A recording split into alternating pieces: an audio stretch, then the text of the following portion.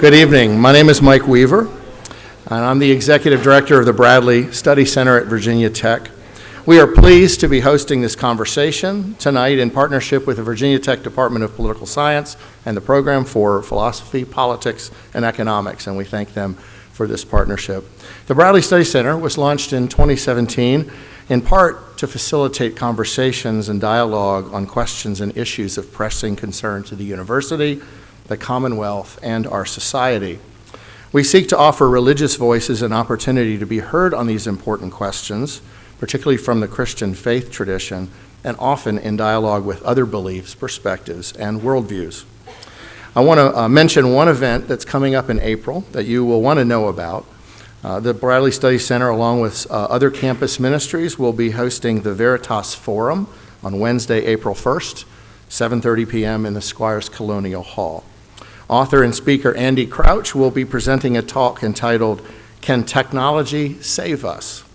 How Technology and Power Can Promote and Undermine Human Flourishing." So we hope you can make that event on April 1st.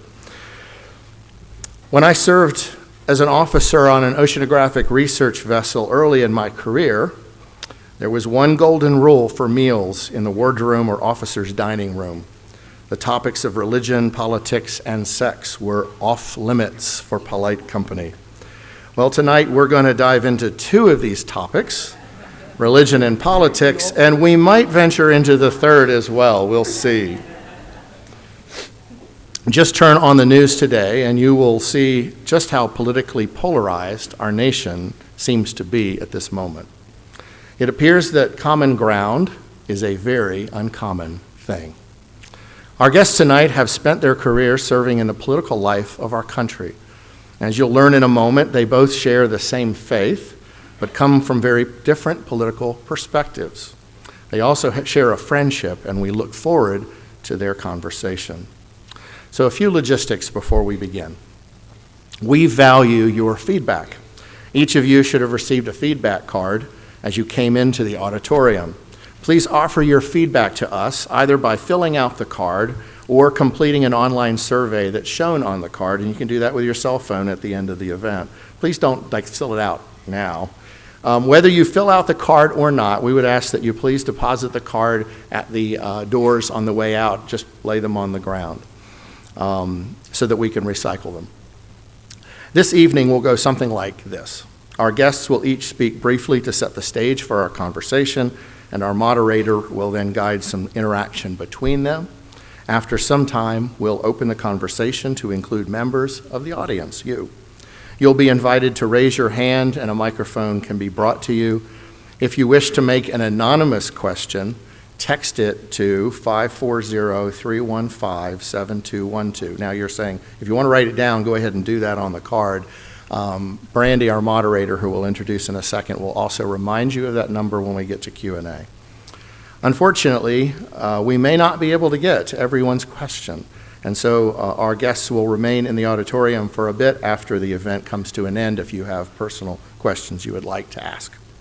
Finally, I will share that we had a great conversation over dinner, and we are all committed to demonstrating civility, civil discourse, and respect for one another during this event. And so if you wish to contribute to the dialogue tonight, we certainly invite you to do so and ask that you also share our commitment to respecting each other as well. Now, Jordan Brown, an undergraduate student at Virginia Tech, will introduce our guests.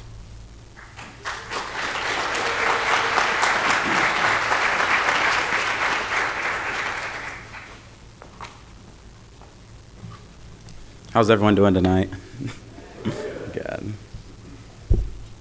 First, I'd like to say it's an honor to be able to present and to introduce these two speakers up here today. And starting with my far left over there, we have Tim Gagling, who is the Vice President of External and Government Relations for Focus on the Family. Formerly, he served as a Special Assistant for George W. Bush and as a Deputy Director for the White House Office of Public Liaison. He was the principal outreach contact for conservative and faith-based groups. Tim's extensive resume includes serving as a senior fellow at the Heritage Foundation and as a communications director for U.S. Senator Dan Coats of Indiana and Gary Bauer of the Campaign for Working Families. Tim has authored a memoir, The Man in the Middle, Faith and Politics in the George W. Bush Era, and his latest book is titled American Restoration. Him and his wife, Jenny, have 2 sons. To my immediate left is Mike McCurry, a veteran political strategist and spokesperson with 4 decades of experience in the nation's capital. After receiving his bachelor's from Princeton and a master's from Georgetown, McCurry began a career on the staff of the United States Senate. Mike later went on to serve in the White House as press secretary to President Bill Clinton. He also served as spokesperson for the U.S. Department of State and Director of Communications for the National Democratic Convention. McCurry held a variety of leadership roles in national campaigns for the Democratic ticket from 1984 to 2004. Currently, Mike is an active leader in his local congregation and distinguished professor and director of the Center for Public Theology at Wesley Theological Seminary in Washington, D.C. He concentrates on the intersections of faith, politics, and public affairs. And last but not least is our moderator, Dr. Brandy S. Faulkner, the Gloria D. Smith Professor of Black Studies at Virginia Tech. She is a collegiate assistant professor in the Department of Political Science. Faulkner, since 2012, is an award-winning teacher, inspiring students to exceed their own expectations for learning, intellectual development, and personal growth. She is active in the Association for the Study of Classical African Civilizations and served 3 years as the editor-assistant for the journal Administration and Society. Dr. Faulkner teaches courses in public administration, constitutional and administrative law, research methods, and the politics of race, gender, and ethnicity. Would you all join me in welcoming them to our stage tonight?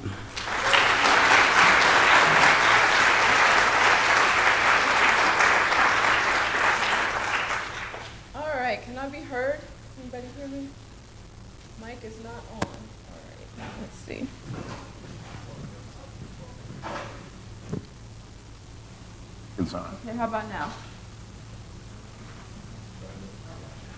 It's okay now? All right, they got me. Okay.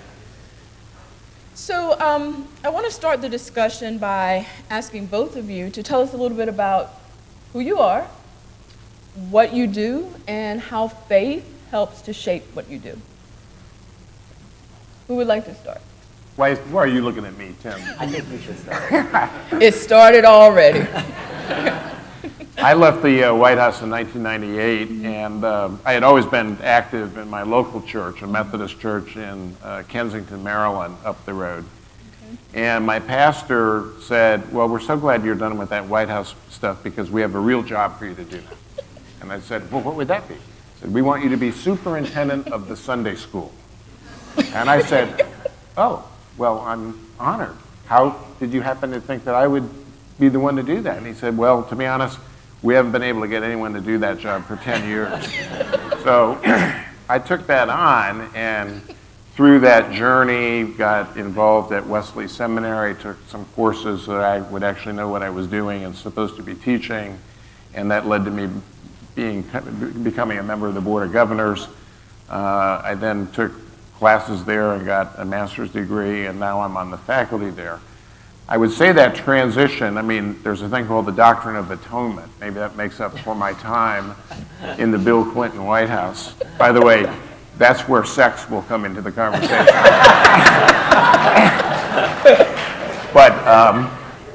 But anyhow, those experiences really caused me to reflect a little bit about our country, where we're going, and why we need voices from a perspective of faith that will enliven and enrich our political discourse, particularly at a time when things are very nasty and not very gentle, certainly not kinder and gentler, as President Bush might have said.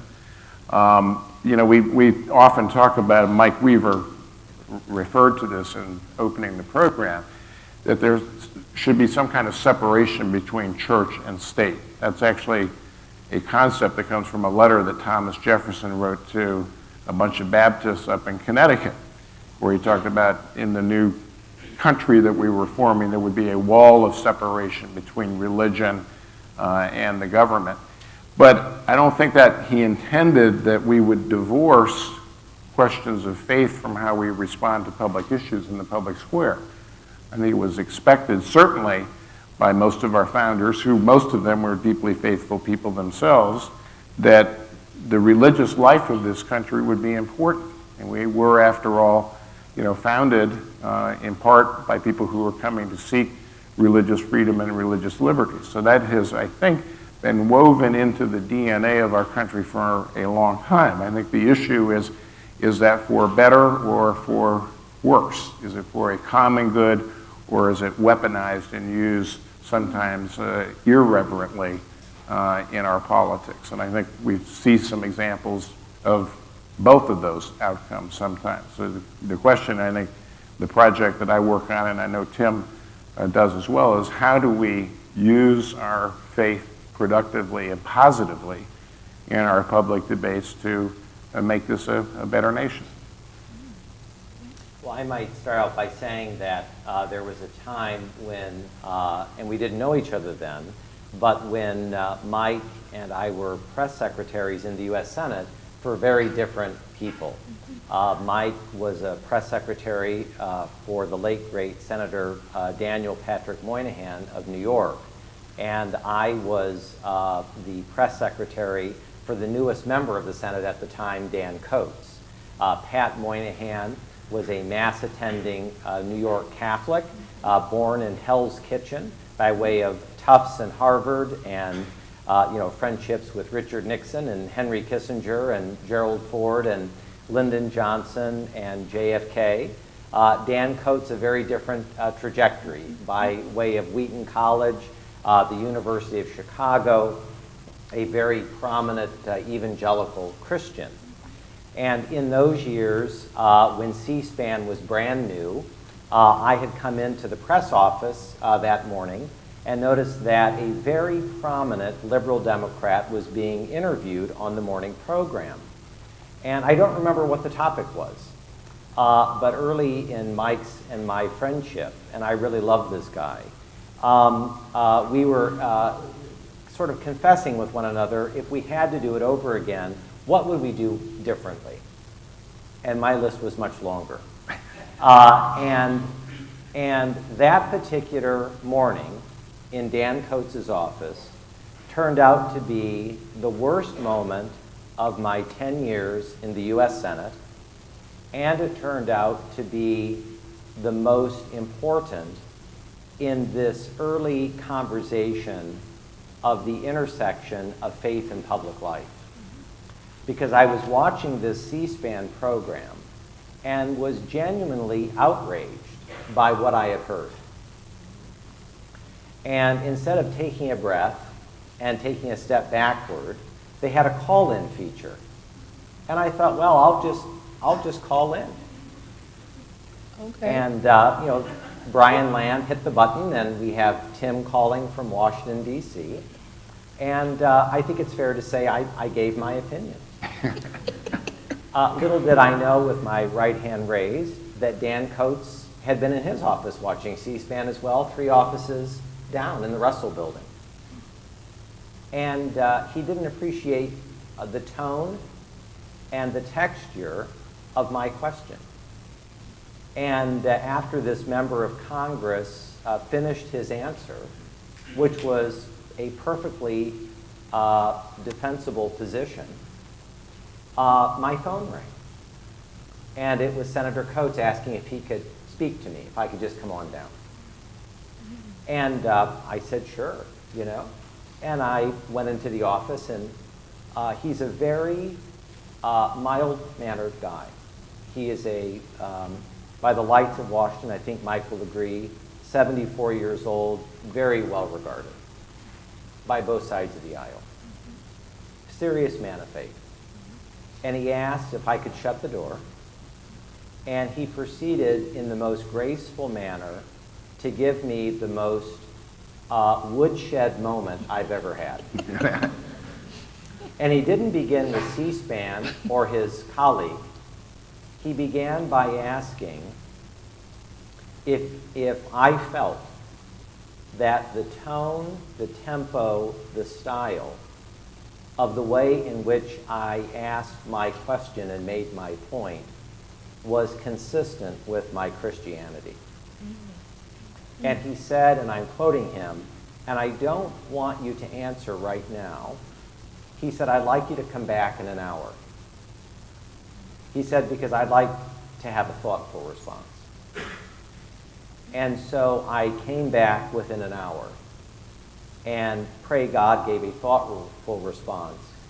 And he said, well, I really appreciate that, because my former colleague, whom you felt it was important to embarrass on C-SPAN this morning, really deserves an apology, and I'd appreciate it if you would give him a call. And I did. And as I've shared with Mike, and I don't know if it's a word, but I slunk back to my office. What's a word? And I think it's fair to say that for the rest of the week, the month, whatever, and to this day, I had never, ever forgotten that it's not just whether we agree or disagree, but particularly, if I may say, as men of faith in the public square, does it rise to the level of what we believe that our faith calls us to do in a time that is highly toxic and highly polarized? One last comment, if I may. I have to focus on the family. I travel a lot. I'm on campuses a lot in the academic year. And I hear people express very often something like this. In the history of the United States, we've never been so divided. Times have never been more polarizing than now. The differences have never been more poisonous. And I'm not being clever, but I don't think that's the case.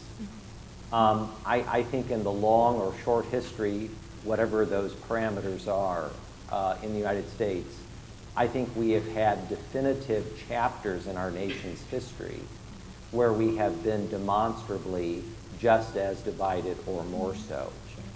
And I think that the larger historical questions, especially for our conversation tonight at Virginia Tech, and I'm very honored to be on this stage, I think the larger historical question is, have we found the right way to navigate the expression of our often very deeply held differences in a way that is not in opposition to being a professing man or woman of faith.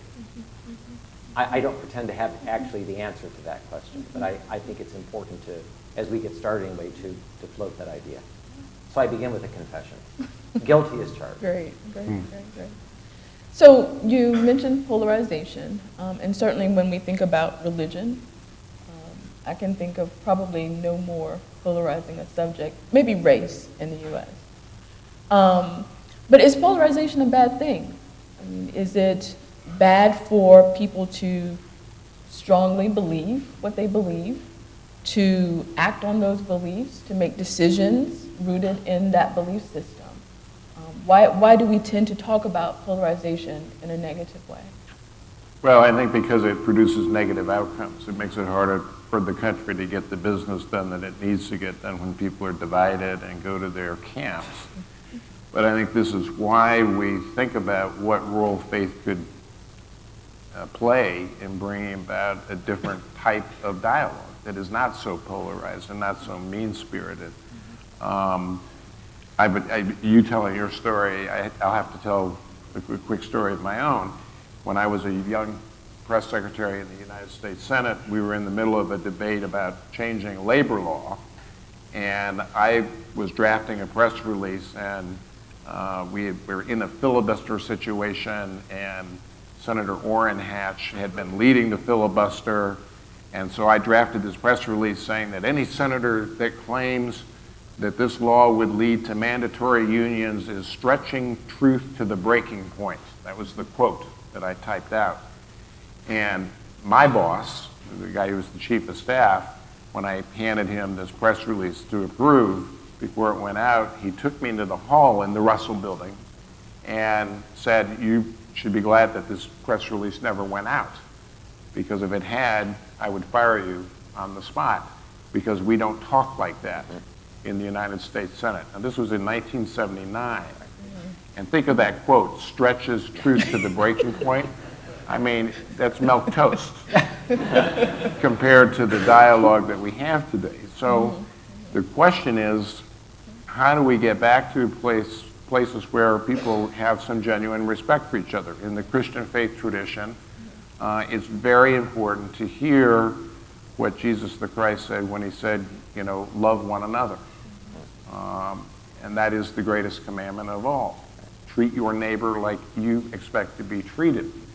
Now, if we had some kind of golden rule like that in politics, the vocabulary, the tone of our politics would be very, very different, because people wouldn't say the kinds of things that you see them saying on cable television day in and day out, hour by hour, probably in the debate going on later on this evening.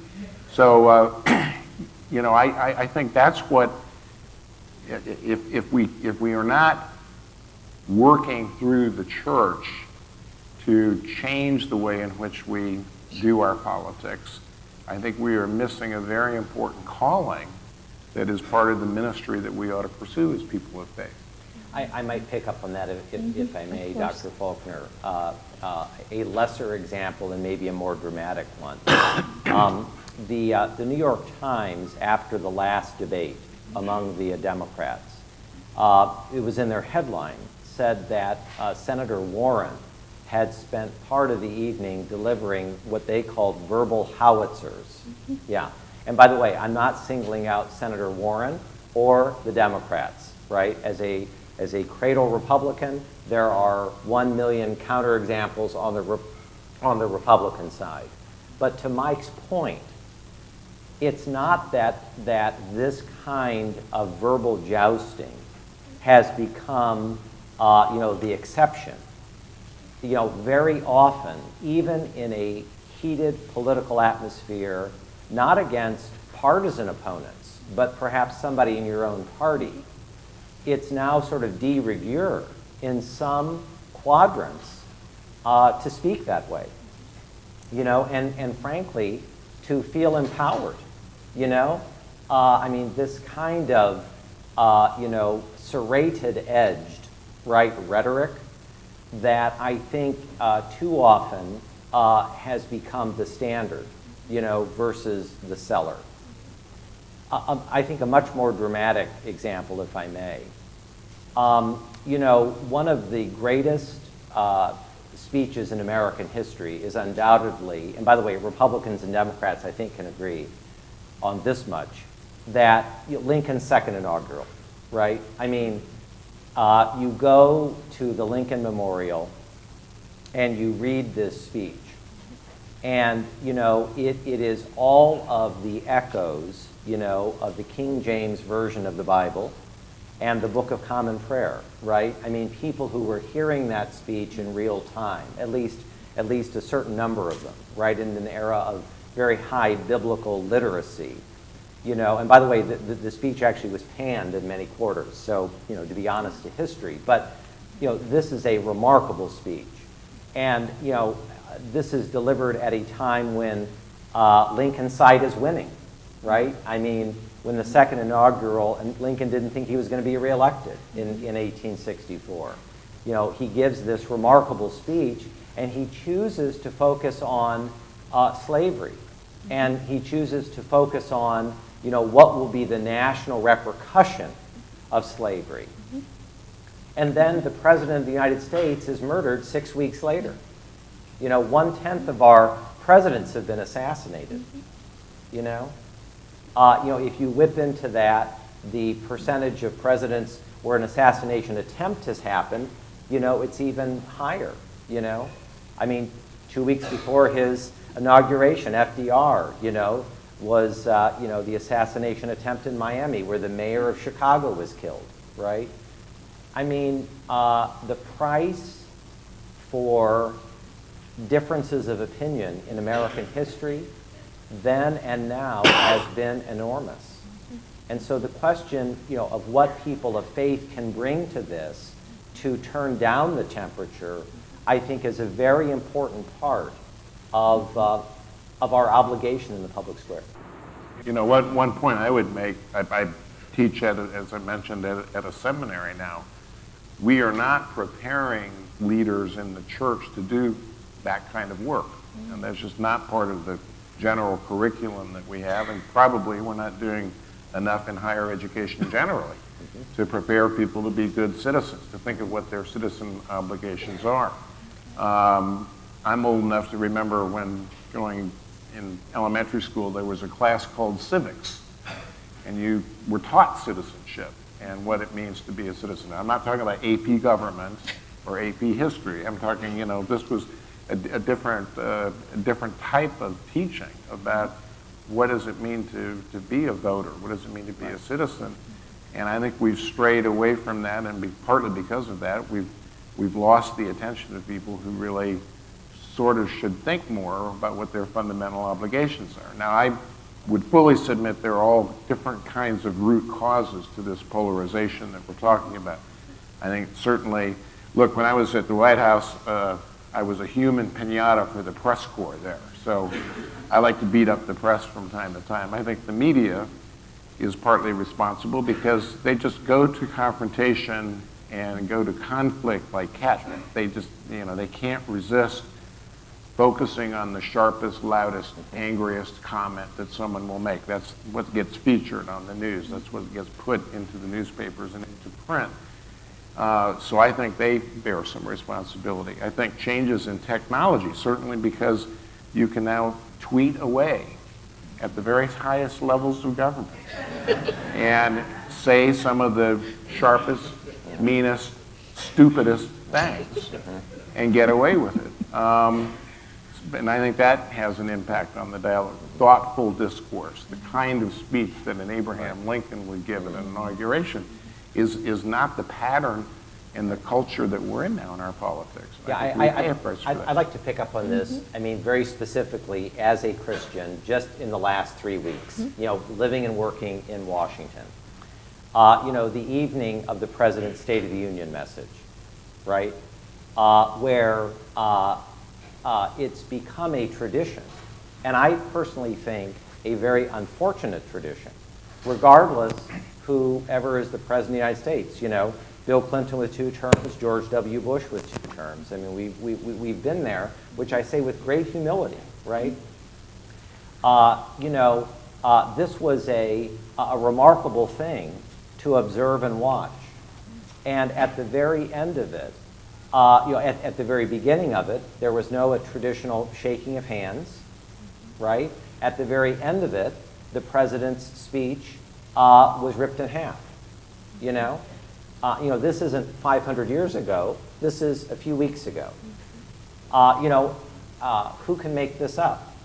48 hours later, the Speaker of the House and the President are together, not in some other neutral forum, but at the National Prayer Breakfast.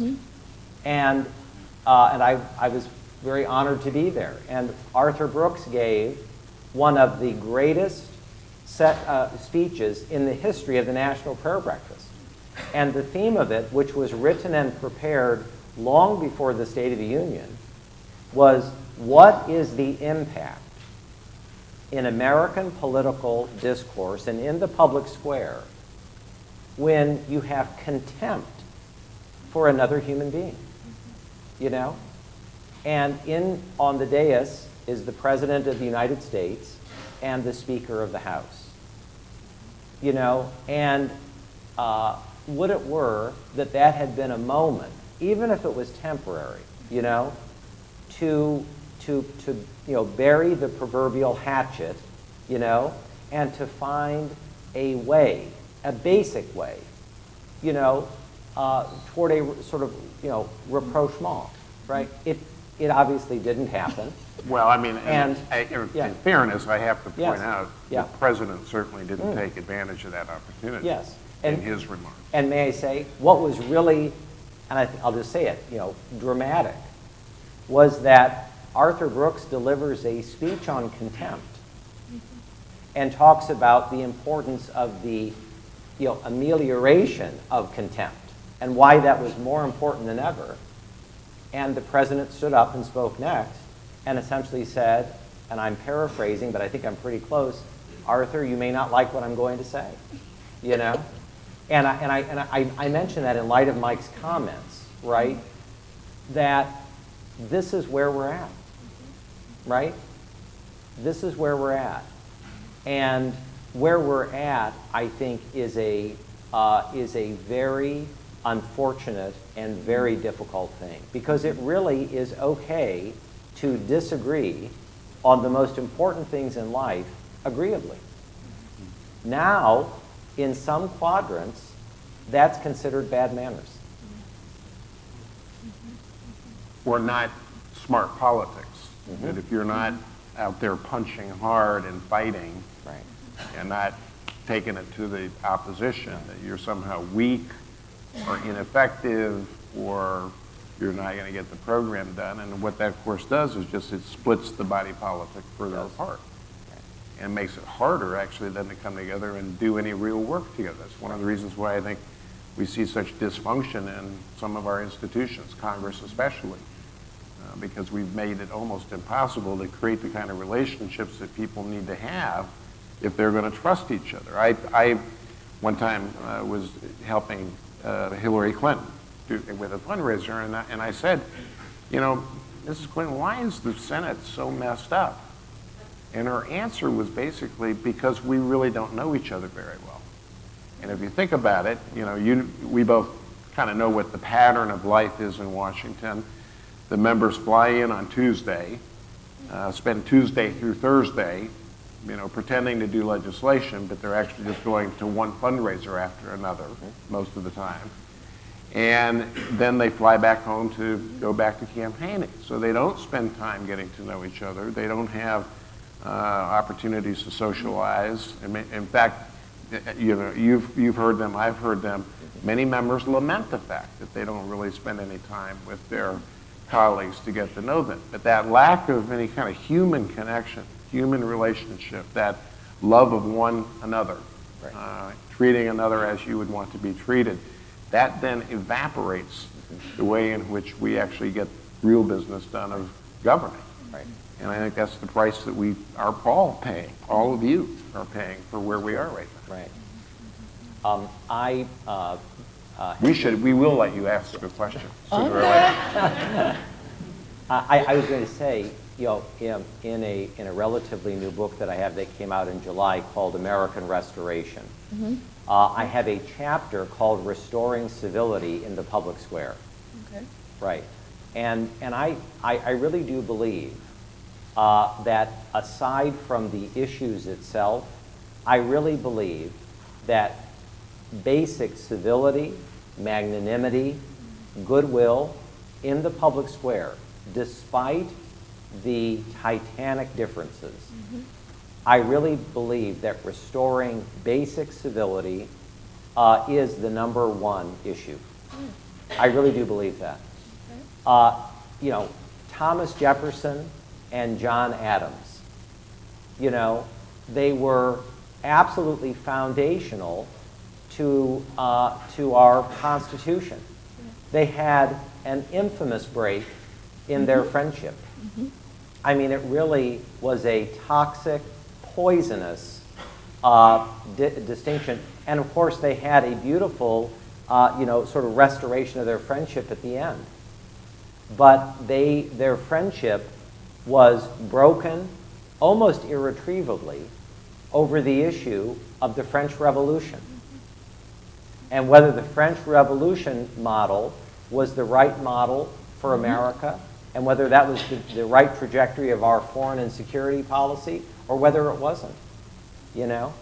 And it just seems to me that with these dramatic breaks, that there is a way to restore genuine civility without compromising the giant issues over which we are disagreeing. So let's talk a little bit more about differences. So tonight's question was, can a Christian be either a Republican or a Democrat. And since both of you are here, I guess that's that. Well,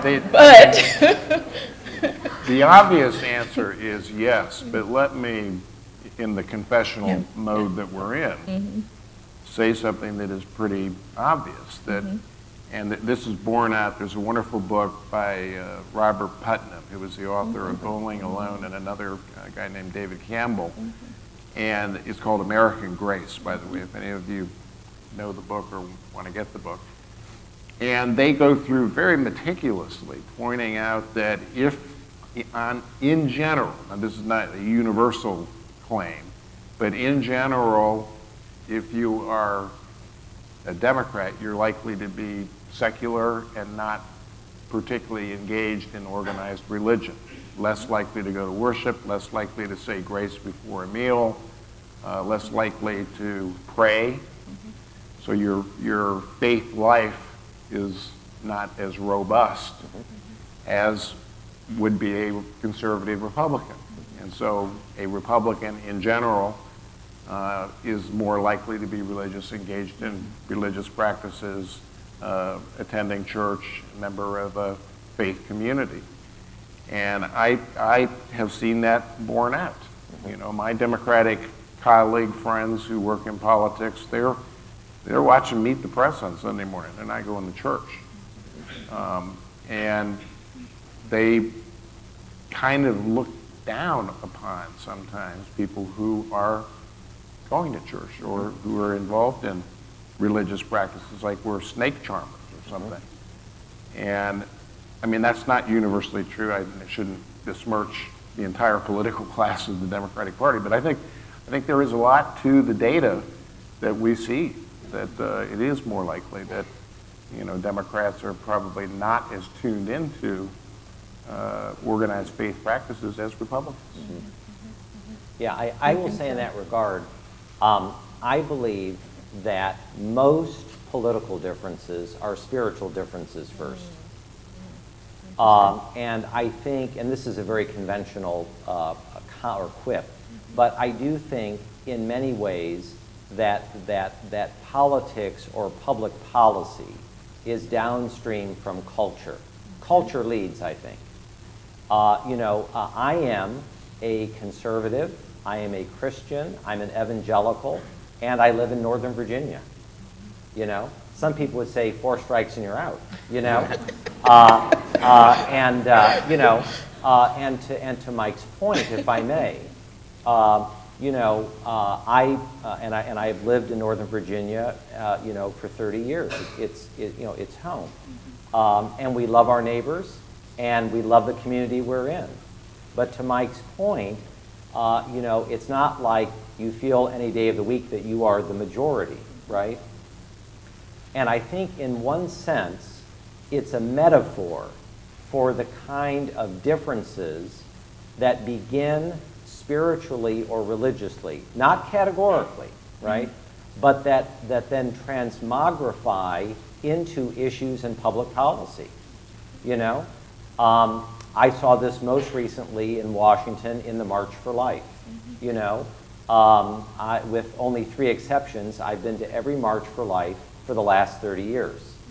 It gets younger, it gets much larger, and it's remarkable. I mean, you see oceans of young people, and they are overwhelmingly either evangelical or mass-attending Catholics. I'm a cradle Lutheran, right? And I'm thinking of all of the remarkable mainstream denominations. There are important exceptions, but many of the mainline Protestant denominations, and especially among young Americans, whereas evangelical churches are booming, even in areas that are not overwhelmingly conservative or Republican or however that space is applied.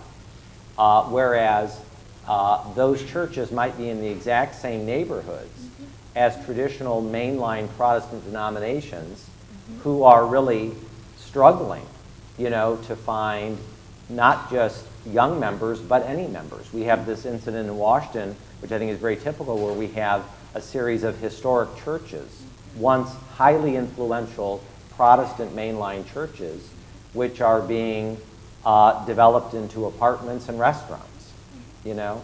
So I think that this dramatic difference that we're seeing on the cultural landscape is not decoupled from the thing that Mike is describing.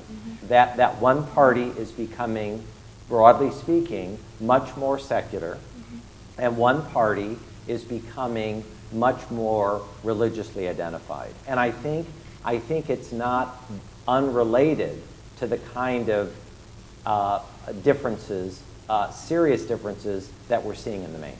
Tim, this question gets asked a lot, but I'd like to hear your answer on it. The question basically goes like this: how is it that 81% of all those who self-identify as conservative evangelicals nonetheless support a president that conducts himself in a way that would seem to be offensive to people who've got those spiritual beliefs and that faith? Right. I think that is the $64,000 question of the Trump years as it relates to white evangelical Christians. And I think both cradle members of the Democratic Party and cradle members of the Republican Party are very often equally mystified. And the answer, I think, is the following. It's not original with me. That a certain percentage of evangelical Christians were looking not for a soulmate, but for a bodyguard. And I think that many evangelicals have been willing to say, what are the policies? Who are the personnel? Right? And over against the other choices that we have. Because in America, we don't live in a parliamentary democracy, right? It's by and large a binary choice, right? I was in a debate very recently, and one of the students said, not to me, but to my debate friend but opponent, was Hillary Clinton more moral than Donald Trump? You know, that to me is, you could, I'm not sure how you untangle a question like that at first, but I saw the point that she was making. And I think that this has been in part, the answer to that point. That many evangelical Christians in that field of 15, 16, 17 people in 2015 and 2016 didn't start perhaps with Donald Trump. Most of the people I know, he was not the choice 1 through 16, right?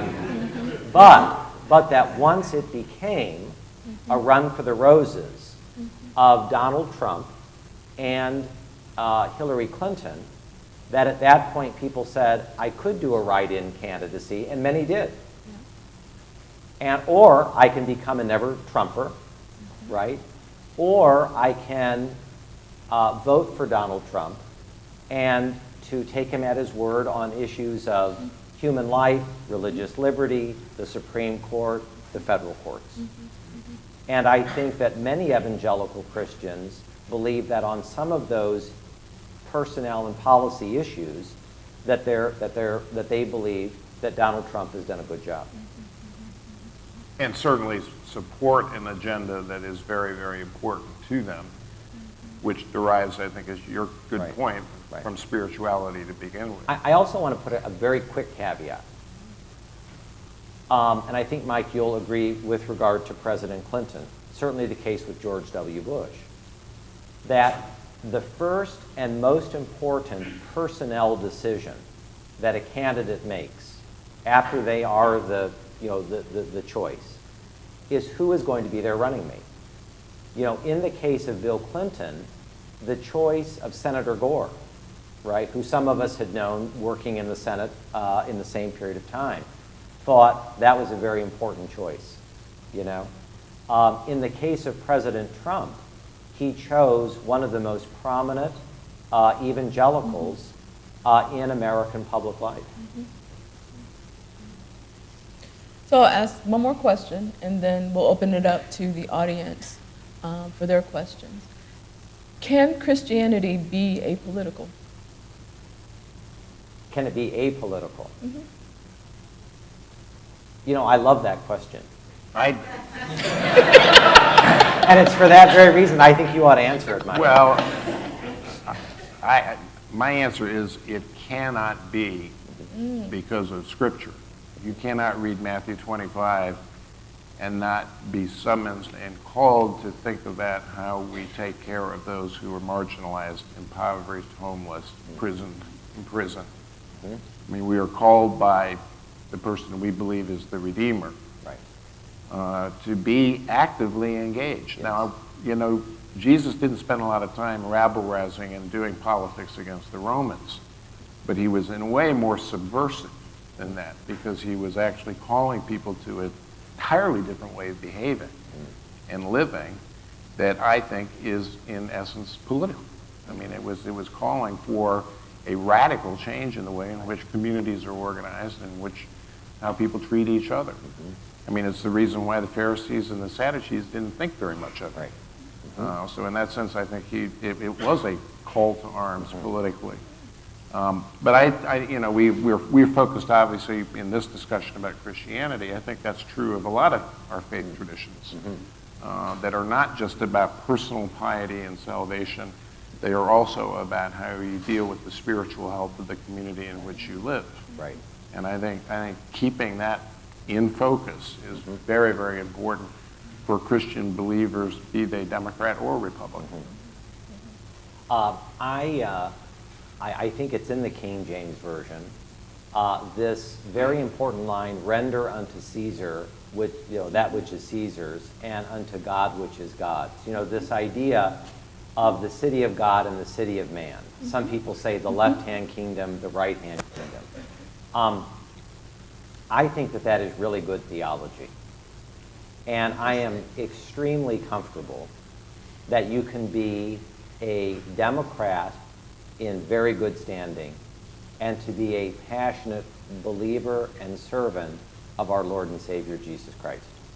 And I believe that you can be a member in good standing of the Republican Party and to be a great servant of Jesus Christ. And I think you can choose to say, I'm skeptical about party politics. I don't really understand this period of our American partisan life.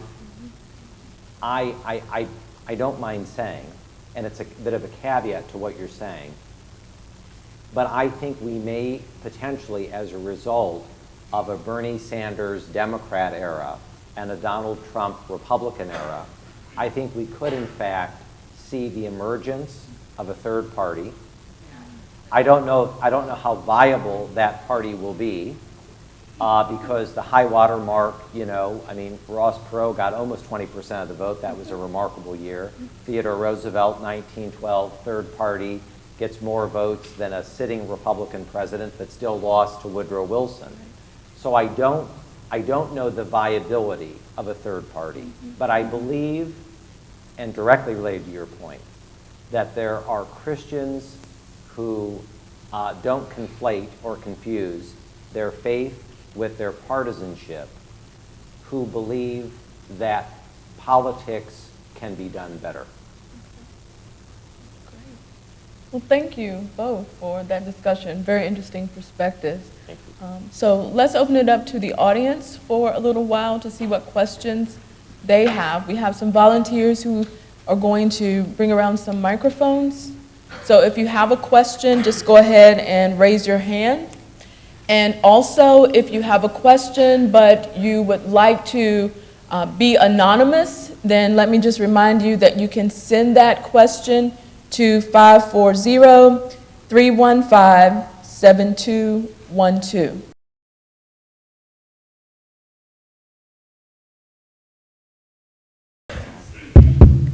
Hi, so I guess in a culture where so many people look towards politics like as their savior, how do we, like, as Christians, still reconcile us looking towards Jesus as our Savior, but still, like, being tolerant of those that kind of have that belief?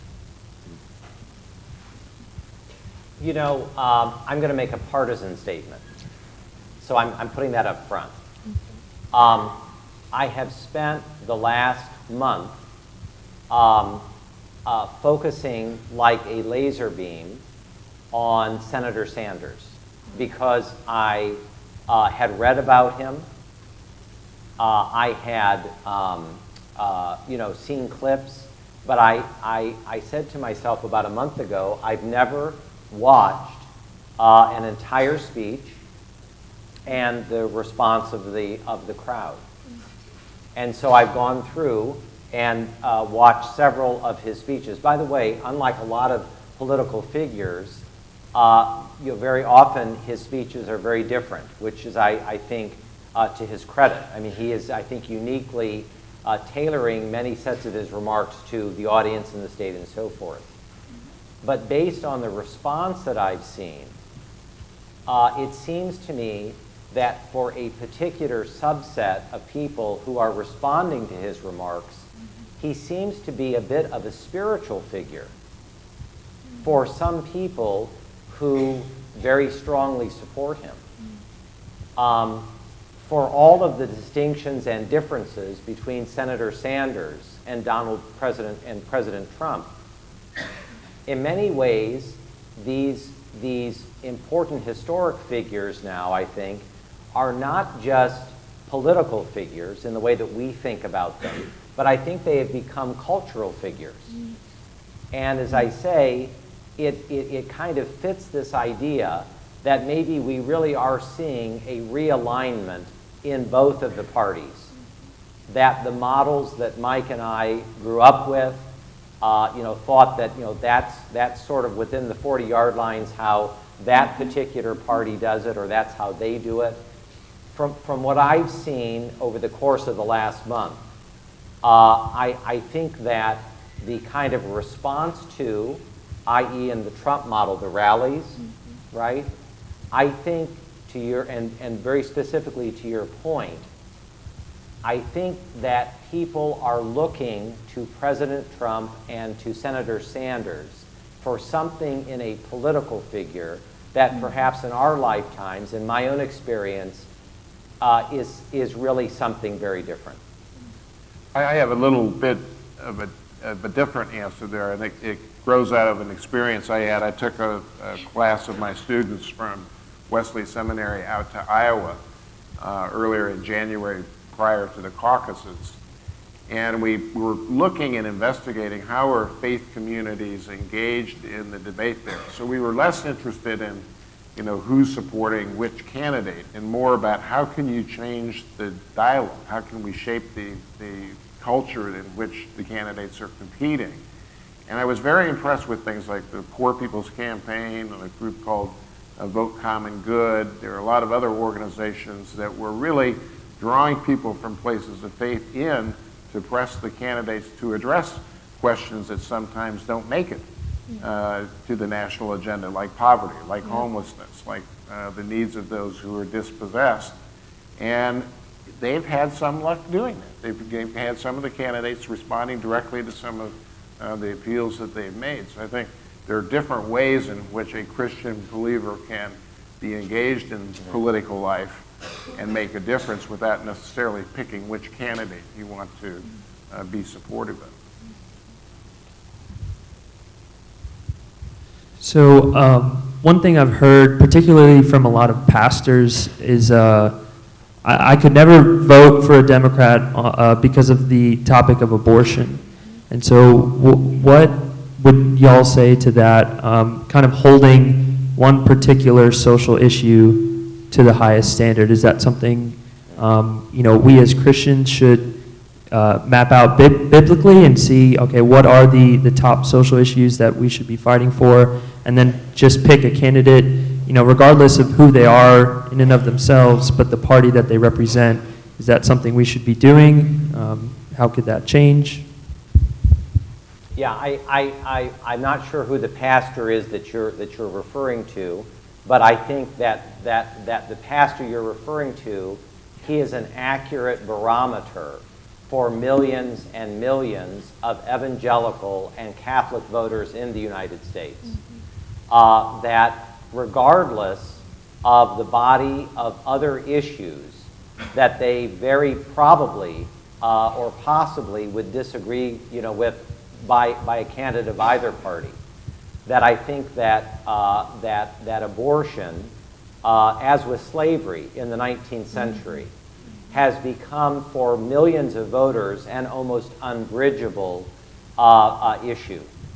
And it's very interesting because we have now had over 60 million abortions in America since Roe of 1973.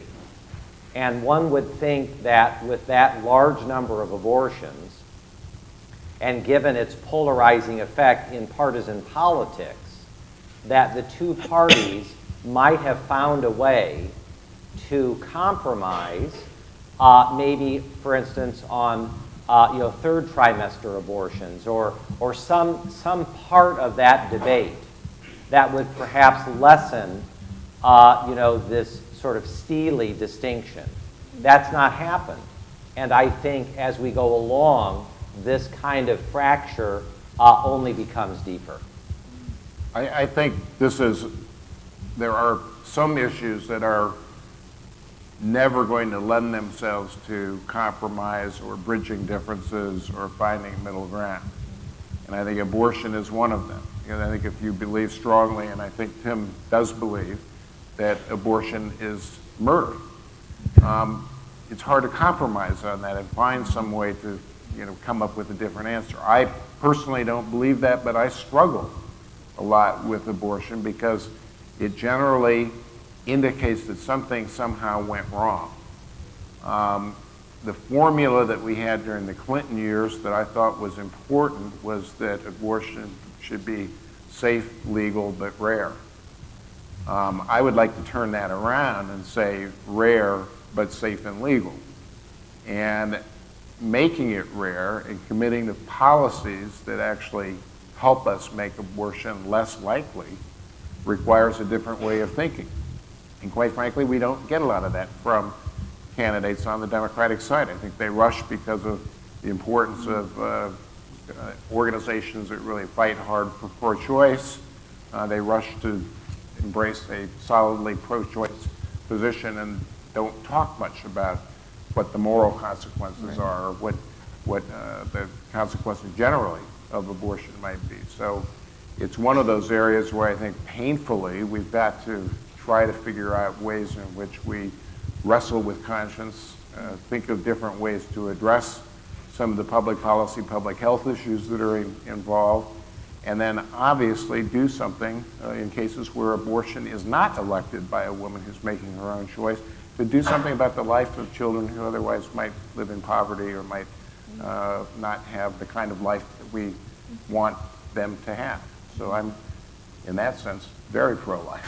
I think this was dramatized here in the Commonwealth of Virginia and in New York State when you had two prominent governors, Governor Northam in the Commonwealth and Governor Cuomo in New York, defending infanticide. This was a hugely partisan issue. Focus on the Family sponsored the most pro-life event ever held in Manhattan. And when we showed a third trimester ultrasound in Times Square, a large number of the 400 protesters put their signs down because they had never seen a third or 4D image of a baby.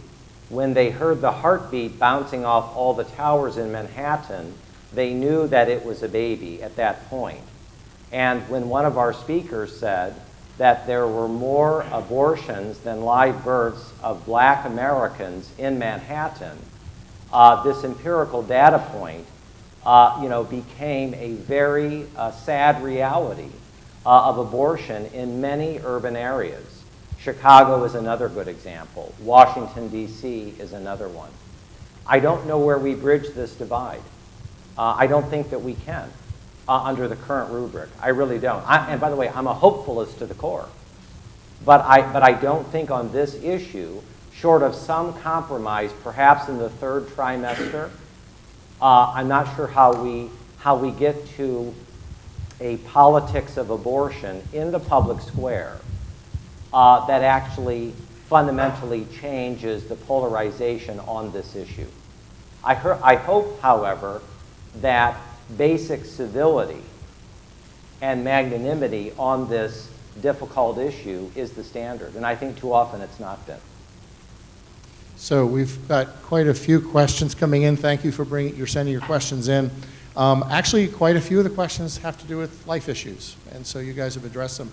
Let me ask you one of the questions actually was at one of the recent town halls, I think in Iowa, Pete Buttigieg was asked, can you be a pro-life person and a Democrat? And so, Mike, I would ask you that question and turn it to Tim as well. Can you be pro-choice and be a Republican? Is it possible on these really important issues to be able to dissent from your party? It's possible, but it is very, very difficult. And we have had instances of those who are in the Democratic Party who are pro-life and have been consistently pro-life who are shunned by national leaders in the Democratic Party, which I think is very, very unfortunate, because for all the reasons that we've just described, people of good moral conscience can have different views on that. And we should not be a party that has a litmus test on an issue that is that difficult. I think if Pete Buttigieg, as an Episcopalian and as a person who is a liberal Protestant who is not shy about speaking about his faith, who's very smart, who is an extremely talented communicator, I believe that if Pete Buttigieg had said that he was pro-choice but was willing to give a wide berth to all Democrats who, in their conscience, though good Democrats, were pro-life, and where he would be willing to engage in an ongoing dialogue about a way that Republicans and Democrats might actually seek some common ground to President Clinton's mantra about safe, legal, and rare. In other words, signaling that in the newest iteration of the Democratic Party, that he too was not going to be an abortion absolutist, I believe that he would have made an enormous impression and perhaps done better in the New Hampshire primary. That's what I believe.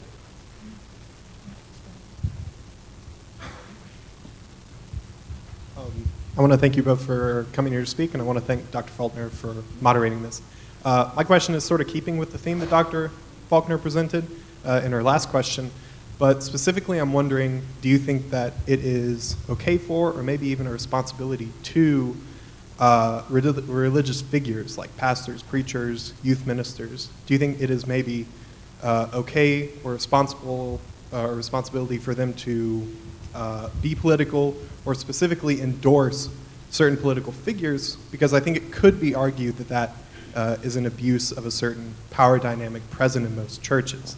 My family comes from Ironto and Shawsville, which is right around here, very rural, very conservative. And if our old Southern Baptist preacher told his congregation to vote a certain way, I can't imagine them voting in any other way, to be quite honest. Well, there are clear restrictions on what churches can do when it comes to elected politics.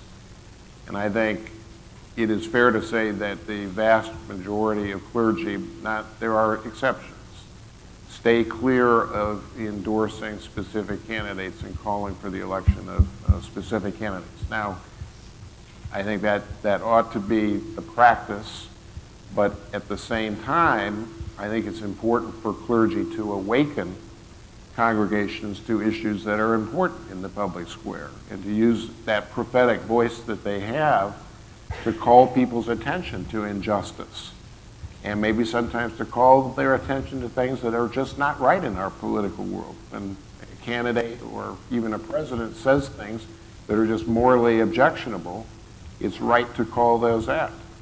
But I think the line that cannot be crossed is then to sort of engage in asking congregations and worshipers to vote a certain way. I think that takes it too far.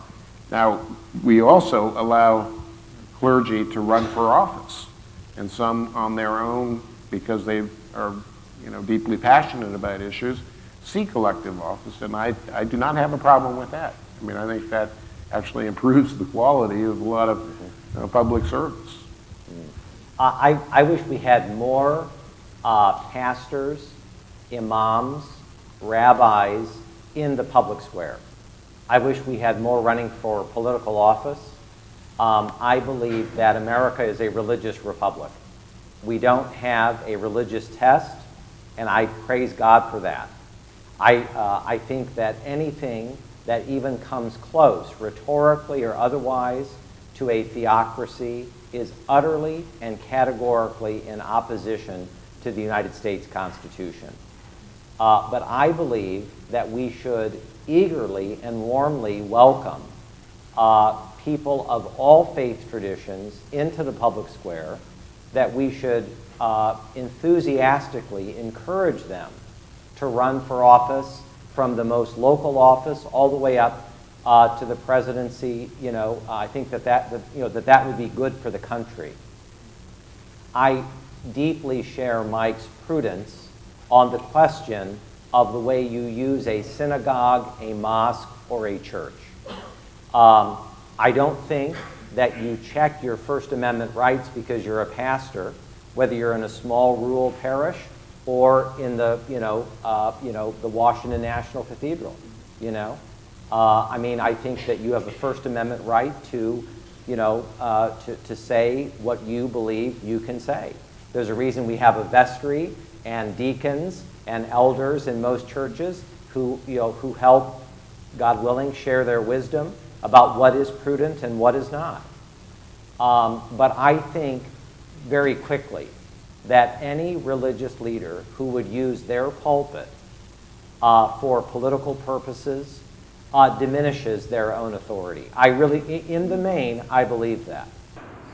We are a better nation because of Dr. King and his willingness to routinely go into the church as an ordained clergyman, right? And to say what he believes. The same, I think, if I may say, with the late, great Billy Graham. Two, I think, great men of faith, two very different views on particular issues. But I think we're a richer nation for that. We're not Italy, we're not France, we're not Germany, we're not Canada. America, in large measure, was founded, as Mike said, by people who were seeking religious liberty and rights of conscience. So I'm comfortable with it, but prudentially. Hello. This is a question regarding how you think parties will change in the future, if that makes sense. I know you stated you were hopeful for a third party, but assuming that doesn't happen, do you think that either the Democratic or the Republican Party will try and pick up the more liberal, Christian, pro-life crowd as it grows in number? I'm not sure I fully understood. With the Democratic Party, do you think that the Democratic Party or the Republican Party will change or adjust more than the other in the future to pick up Christian changing culture? I think they should, and they should be more accommodating with people that have those sets of belief, and they ought to be a little more ecumenical on that. Do I think that will happen? I doubt it. Because I just think there's just too much rigid orthodoxy on that issue in the way in which the party treats it currently. And not enough political courage on leaders who could speak out and do more, as Tim suggested maybe that Mayor Buttigieg could have done. I'd like to apply your question to a real-world example. I believe that if Senator Sanders continues his trajectory, if he wins in South Carolina, and if potentially as a result, former Vice President Biden drops out, and Senator Sanders were to go on and to have a really excellent Super Tuesday, I believe that the immediate impact on the Democratic Party would be far more dramatic than the impact even that President Trump has had on the Republican Party. By the way, President Trump has had a dramatic influence on the Republican Party, that's for sure. But I think the impact of having the standard bearer of the Democratic Party, the oldest party in the United States, led by a man who's not even a Democrat, but is a socialist, I believe that that impact would be far larger than the impact that we've seen on anything in Republican politics probably in the last 50 years. Hi, Tim, Mike. Thanks for coming out. Brandy, nice to see you. My question is in regards to party initiatives in regard to environment and the immigration policy, Yes. and how do you think it coincides or doesn't coincide with biblical structure, with biblical scripture? Yeah, I love that question, and I believe categorically, with no exception, that the Republican Party needs to do far more on point one with regard to its historic precedent and leadership on conservation and environmental issues. The person who signed the Yellowstone Act, essentially creating the forerunner of the entire National Park Service, was the first Republican president, President Abraham Lincoln. There was a remarkable piece in the Washington Post just a few days ago about President Lincoln traveling very soon after the second inaugural that I mentioned, going to Petersburg, Virginia, being shocked and stunned by the evisceration of the environment. And he was preoccupied with one old oak tree that somehow had survived. And the writer of this piece was saying, that Lincoln, and of course Theodore Roosevelt after him, right, this incredible tradition within the Republican Party of conservation, national stewardship, the creation of our national parks, etc.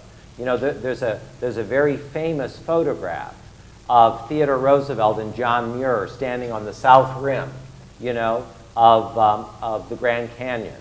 And Theodore Roosevelt's wonderful observation, that every American should at least one time stand on the south rim of the Grand Canyon, right? Really embodying his commitment to these issues.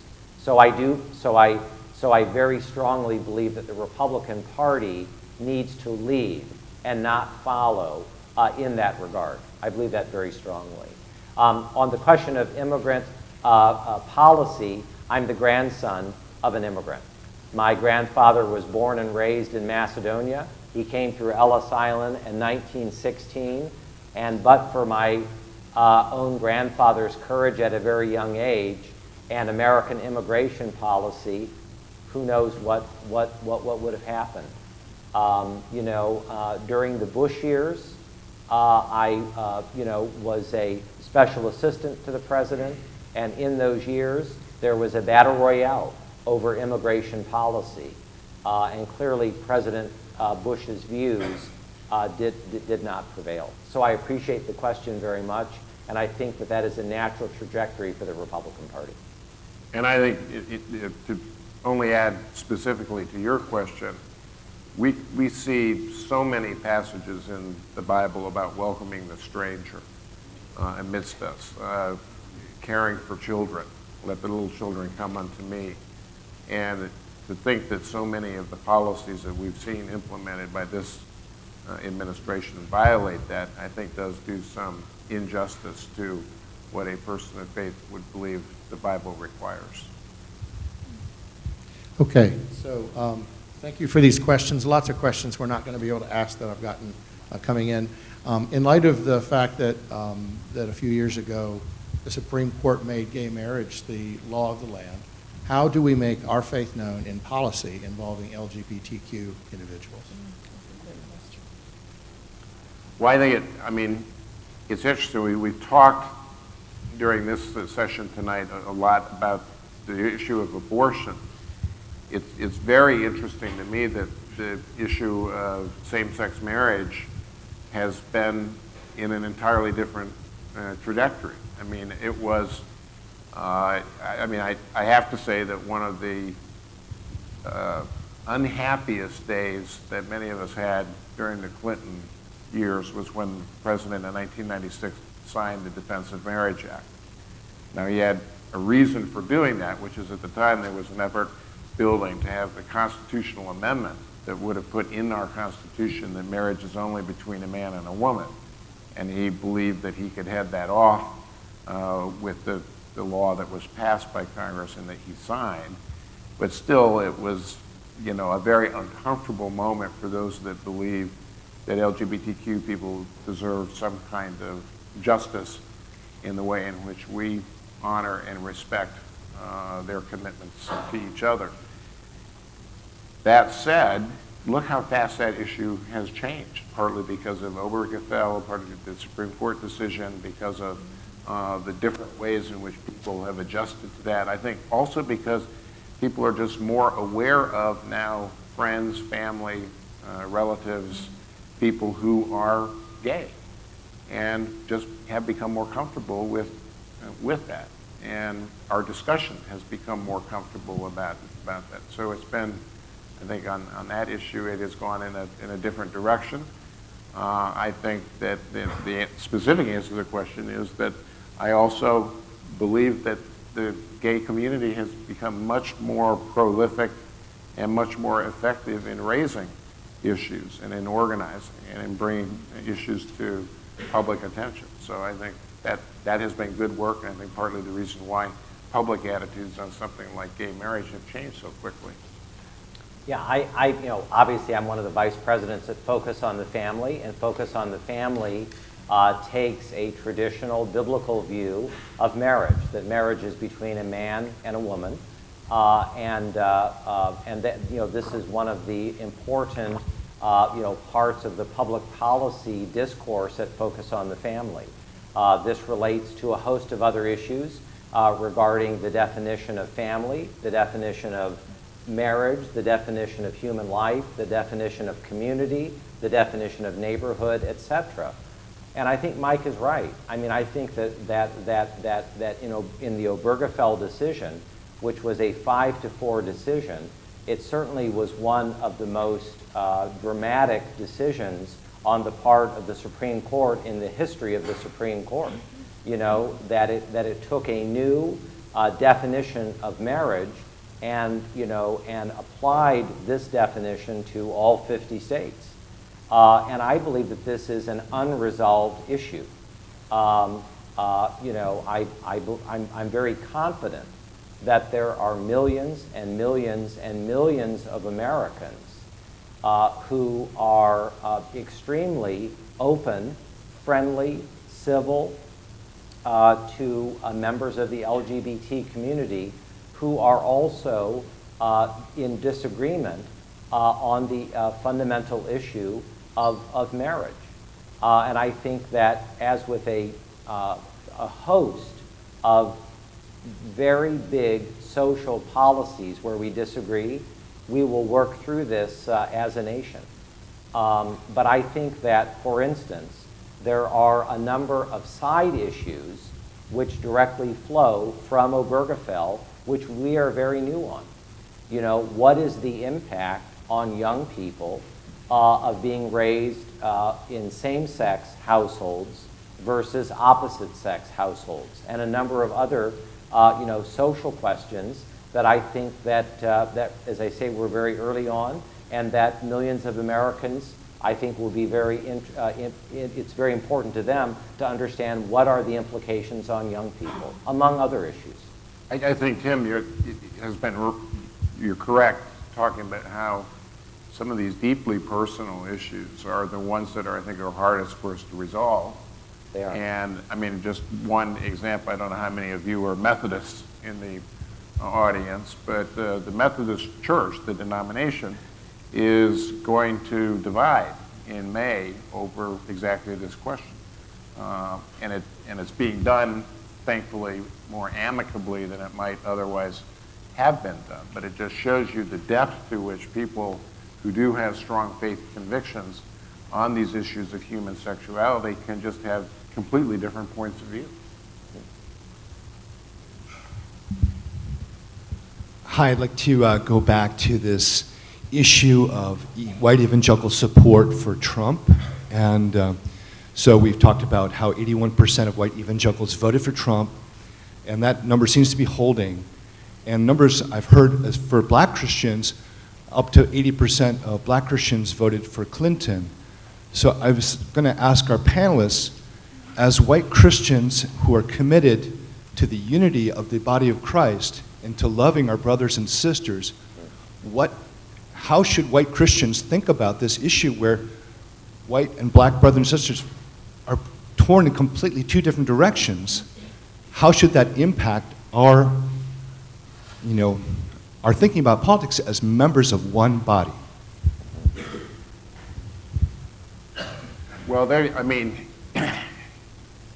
issue of race in our country's long history has been unique, and it is one in which great pain and sorrow and suffering has been caused because of the history, the sad history that we know too well. But we do know that when we have correctly addressed some of those divisions, it has been because people of strong faith have come together and tried to bridge differences and to reconcile people who have different points of view. The polarization that exists, we've talked a lot about that tonight. Yes, there is clearly a difference in racial attitudes or political attitudes among the races in our country. There's just no question about that. But there are also these differences that exist between the two political parties as well, which are deepening. Democrats are becoming much more liberal, Republicans becoming more conservative, and the gap between them growing wider. Now, on the question of race, I think we have actually moved in a better direction, because I think there's been more accommodation. There's certainly still great injustice in the country, but I do think that there has been, partly because of the work of churches and people in the faith community, better efforts at bridging some of those differences. We've got a long ways to go, there's no question about that, but at least I think the trajectory on that issue is a more positive one now. Yeah, and I share actually Mike's analysis in direct answer to your question. I believe that the church has a significant role. I believe that there is, at least in most evangelical churches that I'm familiar with, there is a very comfortable mix of African Americans and white Americans. In many ways, it's much more common than I think in other cultural or social contexts. So I think that the American church has actually been, and particularly churches in urban areas, I think have been particularly effective in this regard. But I also believe that politically, that we are going to see potentially a very significant uptick in African American support for President Trump in November. In fact, I think it could potentially be the highest watermark since Richard Nixon. I think that there are a host of reasons that this is the case, and I am actually hopeful, far beyond President Trump, that the Republican Party is actually actively doing more to cultivate support among African Americans. I think it's a real cross to bear in our party. We have not disagreed on much tonight, but on that point, I disagree. All right, so we'll take two more questions. We have one identified, and I'll take one more after that. Anybody else want to ask a question? Okay, I so want go to ahead. ask a question about abortion again. I think just about everybody is unhappy that people are choosing to prevent the birth of their own children. But there's two sides to that, to the approach to that. One is to make a law that you can't do that anymore. The other side is to make the situation such that people want to keep their children. So I wanted to hear more about public policy from your two perspectives on what can be done or what your supported party is doing to make people want to keep their children, to set up society such that people want to have children. Well, I think, actually, I should yield to focus on the family on it, because I think you've got good answers. Yeah, first I appreciate the question. Increasingly, in some quadrants, it's considered bad manners to say that marriage is a really great thing, and having children is a really great thing, and forming a nuclear family to expand, your extended family is a really good thing. And in large measure, that's what Focus on the Family believes, overwhelmingly, that the first civilization is marriage and family. For all of the important things that government can do and should do, that by and large, government cannot save a marriage. Government cannot tuck a child into bed at night. That there are very specific God-given roles to mothers and fathers. And in popular culture, far too often, family has become a common subject of satire. And I think that's very unfortunate. It is a dramatic reality that our fertility levels are the lowest that they have been in 50 years. The divorce levels have leveled off in America, but simply because initial marriages, the initial marriage rate is low. So I think that in this area of family marriage parenting, but for the good of the country, there is a lot to be done on the part of both political parties, speaking into that space, holding up strong marriages. And I'd like to give a dramatic example, if I may. I believe that President and Mrs. Obama modeled a very, very strong, cohesive family and marriage. I think that this was an incredible national symbol in our country. I was very honored on 3 occasions to be with President Obama and to speak about this with him. And I'm very eager, far across the political aisle, to find ways, as we've said tonight, where we can be mutually supportive and mutually encouraging. And I think that that is just one example. I think there are lots of other examples as well. But I think that we have to incentivize and focus like a laser beam on the importance of marriage and family and children, not in the baby boom generation, but for millennials and for all the generations afterward. Marriage and family and parenting is a really great thing. The only thing I would add to that, and I do agree with that, is that I wish through our popular culture that the image of the family could be addressed more positively in our movies and our television programming and in entertainment. I think that would make a difference. Yes, I do too. Hello, I just wanted to point out this has been a fantastic conversation, a lot of laughter and a lot of really good points, but I wanted to ask one question real quick. In Galatians, it says something along the lines of, Paul writes, am I seeking the approval of God or of man? I just wanted to ask you guys, how do you find that balance between seeking the approval of man, your subservience, the people that you are indebted to serve, and also the God that you have pledged your lives to? It's, you know, it requires deep reflection and prayer. It requires understanding more what your role is and where your limits are. I mean, there were probably many times, well, not many, I mean, there were some times when I had to do things on behalf of President Clinton that I didn't necessarily agree with. I never thought that I did anything that was contrary to my own religious convictions, but I did sometimes have to struggle with whether I thought it was the right thing to do or not.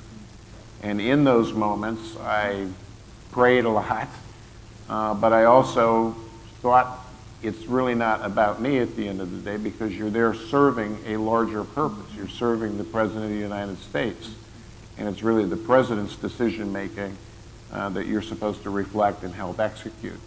And I would say in serving our Lord, it's much the same thing. It's like you've got to be in touch with what you think is the right thing to do, and remember that there is one sovereign above all else, and put that in the front of how you act and how you behave and how you carry yourself in the public square. I think it's one of the great foundations of our friendship that, you know, after all those years of working for Julius Caesar, we went into ministry. You know, that, you know, that's not a coincidence. I want to be very specific, if I may, with regard to your question. You know, I am a poor, miserable sinner who was a prideful fool. I could speak a lot more strongly about suffering from pride and the toxic, poisonous quality of what pride did in my own life to my own soul and to those who I love most. And I am here to say that life in public service can be the greatest honor of a lifetime. And when you have the organic humility of Mike McCurry, you say, that's the last stop on the train for me. Now I'm going to stand down and do the next thing. This is one of the things that I love about Mike McCurry and about his biography. In my instance, I had to learn the hard way that pride goes before the fall. And when pride went before the fall, I learned that at the end of your proverbial rope, there is not nothing, there is Jesus Christ. And I learned, and I say this, pray tell, with the greatest humility that I can summon, that the one thing that prideful people have in common is they eventually hurt the people they love the most. You know, I think it was Maya Angelou who said, when someone shows you who they are, believe them the first time. Right? That's a good warning. Surround yourself, in my view, with people of great integrity and humility, and you will find in T.S. Eliot's words that humility is endless. Great. Would you please thank our conversation partners? Excellent. Excellent. Very easy. Very easy. So, I have just one announcement. One of our national partners that we work with nationally, called the Veritas Forum, we have that event coming up, has prepared a conversation guide that is designed to help college students initiate and foster conversations with persons very different than themselves. So this guide invites students to reach out across differences and take another student out for coffee 3 times during the semester. We hope that you will find it helpful, and so I would encourage you to fill out the survey card here and include your email address, and we will email you a PDF copy of that file, and we hope it'll be helpful for you. Thank you very much for coming, and have a great evening.